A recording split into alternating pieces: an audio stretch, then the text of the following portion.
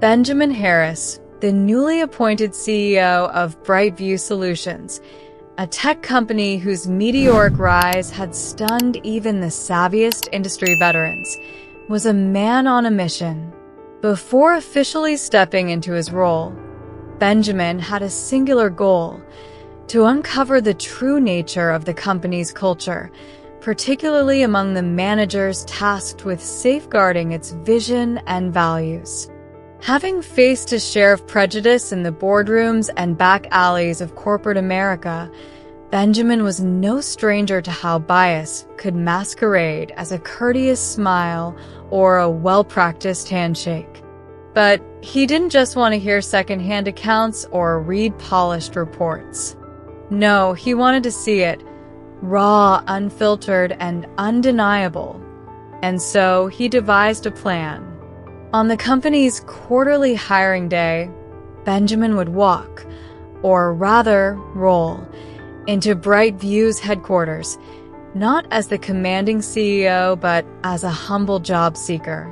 Disguised in a wheelchair, playing the part of Larry Simmons, an eager junior data analyst candidate, Benjamin hoped to observe his managers in their natural habitat, free from the pressure of impressing the big boss. He wanted to know who they were when no one was watching. The company's headquarters bustled with activity that morning, the glossy floors of the expansive lobby reflecting the nervous energy of hopeful candidates. Applicants clutched their pristine resumes, stealing glances at their competitors, whispering rehearsed answers to potential interview questions. Amid the hum of ambition, Benjamin quietly entered, the soft whir of his wheelchair blending into the cacophony of shoes clicking on marble. He moved toward the line of waiting candidates, his eyes scanning the room.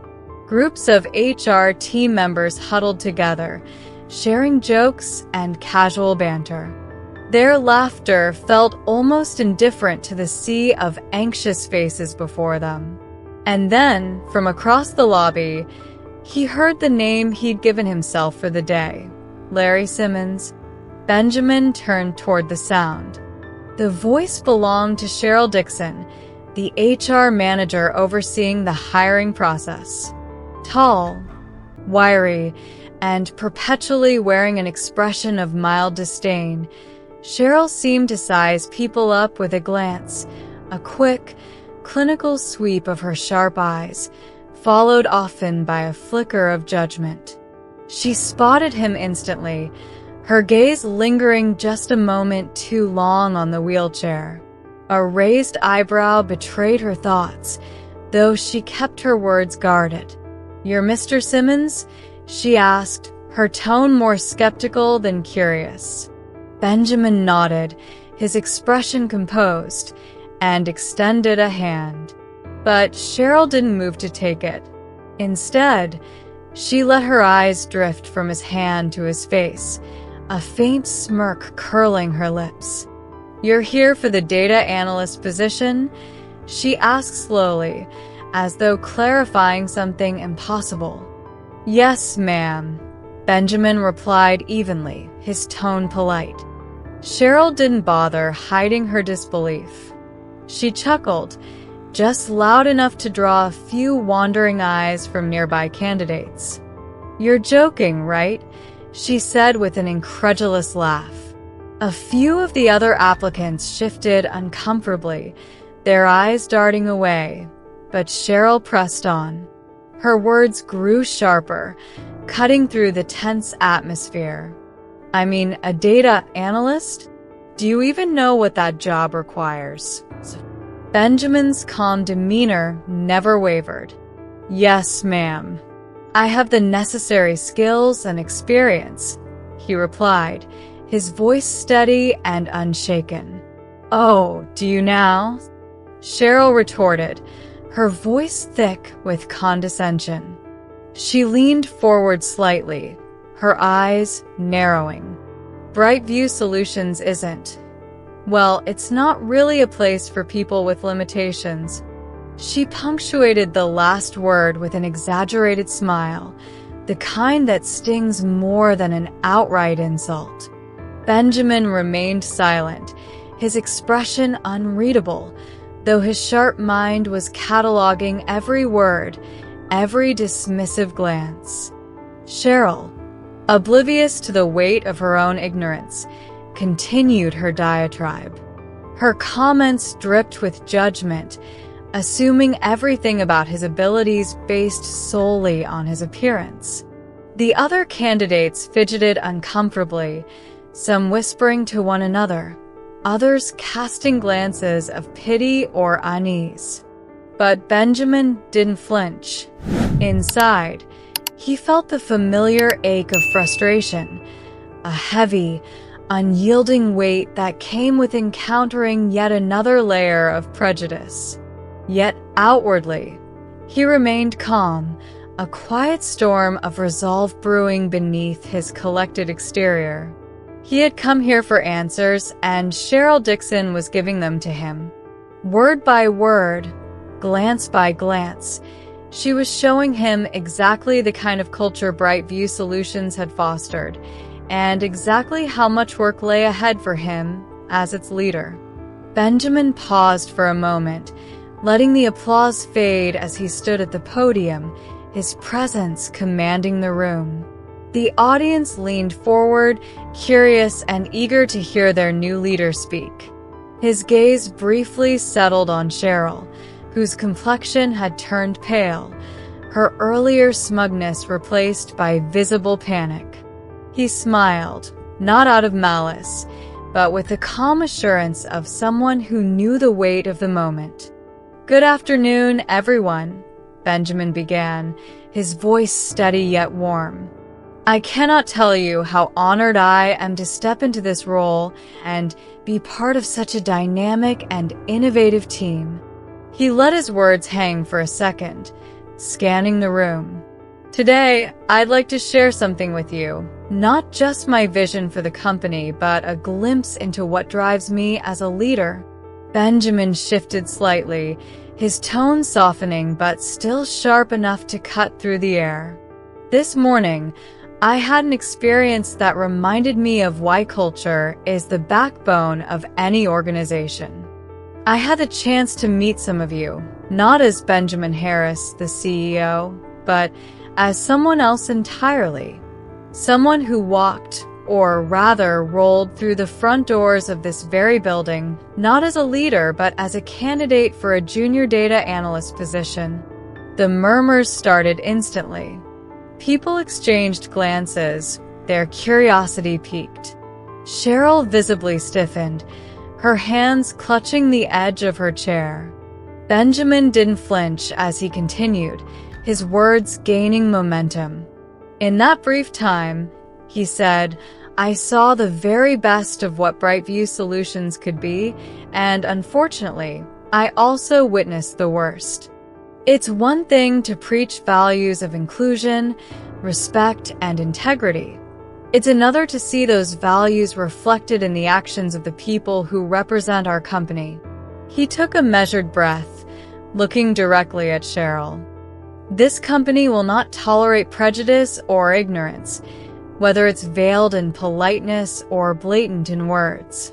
And while I stand here as your CEO today, let me assure you, I did not forget a single word spoken to me this morning or the silence of those who stood by and did nothing." The room was utterly silent, the tension thick enough to cut. Cheryl's face had gone from pale to crimson, her composure cracking under the weight of Benjamin's words. But Benjamin's expression remained calm, his focus on the bigger picture. "This is not a moment of punishment or blame," he said, his voice softening again. "It's an opportunity, a wake-up call for all of us. Brightview Solutions will lead not just through innovation but through compassion and accountability. And that starts with every single one of us." The applause began hesitantly, then grew louder and more enthusiastic as Benjamin stepped back from the podium. Cheryl sat frozen, the reality of her actions settling in. For Benjamin, this wasn't just about Cheryl or the HR team. It was about setting a standard. A reminder that leadership wasn't about power but purpose. And today, he had taken the first step toward redefining what leadership at Brightview Solutions would mean. She felt like the weight of the entire company rested on her shoulders. Cheryl hesitated at the door, her trembling hand hovering over the handle.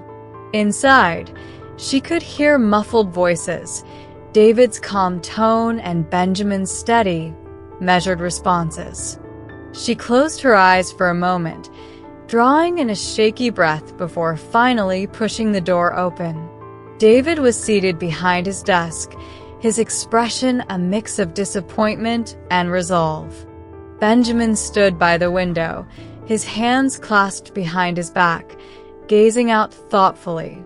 When Cheryl stepped in, he turned to face her, his eyes sharp but devoid of malice. The room was silent for an unbearably long moment, and Cheryl felt like she was shrinking under their combined scrutiny. "Miss Dixon," David began, his voice firm but composed. "Please take a seat." Cheryl sat stiffly on the edge of the chair, clutching her hands in her lap. "Mr. Harris, Mr. Benjamin," she started, her voice quivering. Benjamin held up a hand, cutting her off gently. "Cheryl," he said, his tone calm but unyielding. "This isn't about excuses. This is about accountability." She swallowed hard, nodding. I didn't realize." "That's exactly the problem," Benjamin interjected, his gaze unwavering. "You didn't realize because you didn't take the time to look beyond the surface. Do you know how many talented individuals might have been dismissed because of assumptions like the ones you made today?" Cheryl's eyes dropped to the floor, shame washing over her. I understand now," she stammered. "It was wrong of me, and I deeply regret my actions." David leaned forward, clasping his hands on the desk. "Regret is a start, Miss Dixon, but it's not enough. This company stands for something greater than any of us as individuals. If we fail to embody those values, then we fail everyone who depends on us to create a fair and equitable workplace." Benjamin stepped closer, his voice softening slightly. "I'm not here to ruin your career, Cheryl. But I am here to ensure that Brightview Solutions becomes the place it claims to be, a place where respect and integrity are not just words on a mission statement, but principles we live by every day." Cheryl looked up, her eyes filled with both fear and determination. I want to do better," she said quietly. "I'm willing to learn, to change." Benjamin nodded. "That's all I needed to hear. Change starts with acknowledgement and the willingness to grow. But understand this, there will be no second chances. Actions have consequences, and moving forward, we will be holding everyone to the highest standard." David leaned back in his chair, his tone softening slightly. "We'll arrange for additional training and oversight for you, Cheryl. Consider this your opportunity to prove you can align with the values we expect from every member of this team." Cheryl nodded vigorously, a flicker of relief crossing her face. "Thank you. I promise I won't let you down." Benjamin stepped back toward the window, giving Cheryl one last look. "This isn't just about not letting us down. It's about not letting yourself down. Remember that." As Cheryl left the office, her heart was pounding, but she felt a strange mixture of dread and hope. She knew the road ahead would be challenging, but for the first time, she felt the weight of her responsibility, not just to her job, but to the people around her. And as she walked back down the hallway, she vowed to be better, not because she had to, but because she wanted to. Meanwhile, Benjamin turned back to the window, watching as the late afternoon sun bathed the Brightview Solutions building in golden light. He knew this was only the beginning, but it was a beginning worth fighting for. This final piece concludes the story with a resolution that emphasizes the importance of accountability and integrity in leadership. Benjamin's actions underline a commitment to building a workplace where everyone feels valued and respected. By addressing Cheryl's behavior decisively, yet empathetically, the narrative drives home the message that upholding values is crucial to creating a positive company culture. Would you like me to refine the conclusion further or adapt it for a specific tone or style? For instance, I can make it more reflective, inspirational, or business-focused depending on your audience.